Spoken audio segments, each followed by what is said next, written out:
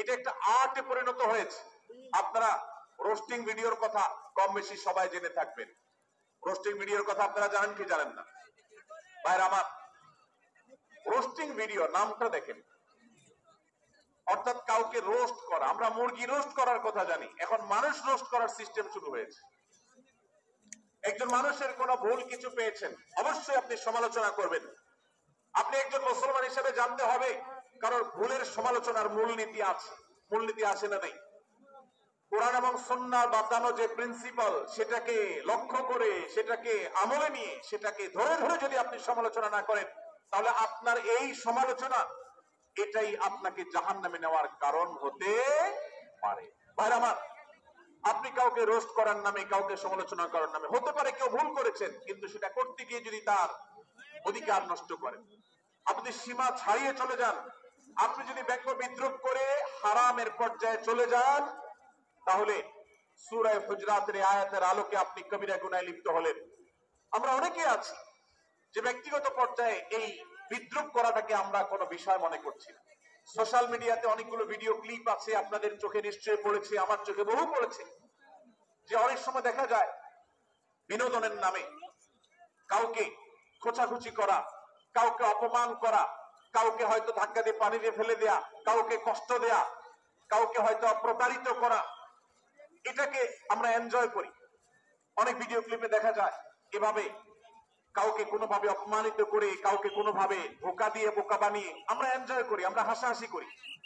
আমাদের রুচি নষ্ট হতে হতে আজ এই পর্যায়ে এসেছে যে এটা আমাদের এনজয়ের বিষয় হয়েছে, এটা আমাদের আনন্দের বিষয় হয়েছে। ভাইরা আমার, সূরা হুজরাতের এই আয়াত, অর্থাৎ 11 নম্বর আয়াত, এই আয়াত বলছে আমাদের জন্য কোন মুসলমানকে, কোন মানুষকে ব্যঙ্গ বিদ্রুপ করা হারাম। কোন মুসলমানকে ব্যঙ্গ বিদ্রুপ করা কি হারাম। অতএব আপনি রসিকতা করে যদি কারোর সাথে ব্যঙ্গ বিদ্রুপ করেন এবং সেটা যদি তার মনে কষ্ট হওয়ার কারণ হয়, তিনি যদি সমাজের মানুষের কাছে হেয় প্রতিপন্ন হন, তাহলে ইসলামী শরিয়ার দৃষ্টিকোণ থেকে সারা বিশ্বের সমস্ত ওলামাদের ঐক্যমতে সেটা হারাম। আমরা চুরি করা হারাম জানি, আমরা ডাকাতি করা হারাম জানি, আমরা মাদক সেবন করা হারাম জানি, আমরা নামাজ ত্যাগ করা হারাম জানি। এই সমস্ত হারাম থেকে আমরা অনেকেই বেঁচে থাকি, কিন্তু আমি আমার মুসলমান ভাইয়ের চরিত্র হনন করছি, শুধুমাত্র সাধারণ জীবন যাত্রার ক্ষেত্রে করছি তা নয়, এমনকি ধর্মের নামে, ইসলাম প্রচারের নামে, দাওয়াতের নামে আমরা আমাদের প্রতিপক্ষ মুসলমান ভাইকে নিয়ে অনেক সময় ব্যঙ্গ বিদ্রুপ করি, হাসাহাসি করি, তাকে ছোট করি, তাচ্ছিল্য করি, হেয় করি, তার সম্মানহানি করি। আমরা জানি না আমাদের প্রিয় নবী সাল্লাল্লাহু আলাইহি ওয়াসাল্লাম এর একটা হাদিস আমাদের সামনে রয়েছে, সহিহ মুসলিমে বর্ণিত হয়েছে।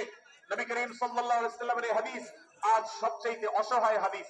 অসহায় হাদিস এজন্য বললাম যে আজকের এই হাদিসের উপরে কেউ আমল করে না, এই হাদিসটাকে কেউ পাত্তা দেয় না, এই হাদিসকে কেউ গুরুত্ব দেয় না, অথচ এই হাদিস প্রত্যেক মুসলমানের বুকে বুকে ঝুলিয়ে রাখা দরকার। এই হাদিস আমাদের ঘরে ঘরে ঝুলানো দরকার, এই হাদিস আমাদের অফিসগুলোতে শোভা পাওয়া দরকার, এই হাদিস আমাদের জীবনে বাস্তবায়ন হওয়া দরকার। নবী করিম সাল্লাল্লাহু আলাইহি ওয়াসাল্লাম সেই হাদিস বর্ণনা করেছেন।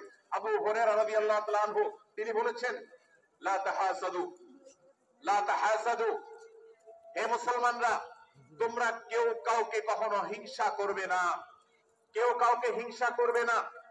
আমাদের মধ্যে হিংসা আছে না নাই? হিংসা আছে না নাই? আমরা একে অন্যকে হিংসা করি।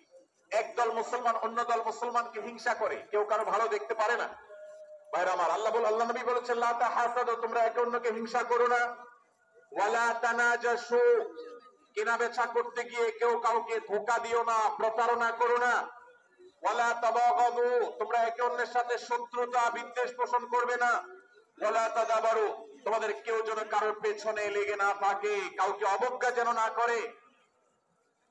ওয়ালা ইয়াবি আহাদুকুম আলা বাই'i আখিহি, এবং তোমাদের কেউ যেন আরেকজনের কেনা বেচার উপরে সেখানে ইন্টারফেয়ার করে, সে যেন সেখানে কোন প্রকার ক্ষতিগ্রস্ত কাউকে না করে।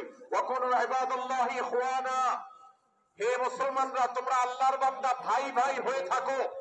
তোমাদের মধ্যে মত পার্থক্য থাকুক, দলগত মত পার্থক্য, অবস্থানগত মত পার্থক্য, ধর্মগত মত পার্থক্য, মাযহাব মাসলাকগত মত পার্থক্য থাকুক, কিন্তু তোমরা আল্লাহর বান্দা, ভাই ভাই হয়ে থাকো। এক দলের মুসলমানকে আল্লাহ তাআলা ভাই ভাই হতে বলেন নাই, এক গ্রুপের মুসলমানকে আল্লাহ ভাই ভাই হতে বলেন নাই, এক দলের মুসলমানকে আল্লাহ ভাই ভাই হতে বলেন নাই, নিজ দলের মুসলমানের সাথে আল্লাহ ভাই ভাই থাকতে বলেন নাই। আল্লাহ বলেছেন সকল মুসলমানদের সাথে ভাই ভাই হয়ে থাকার জন্য, ভ্রাতৃত্বের বন্ধনে থাকার জন্য। এজন্য আল্লাহ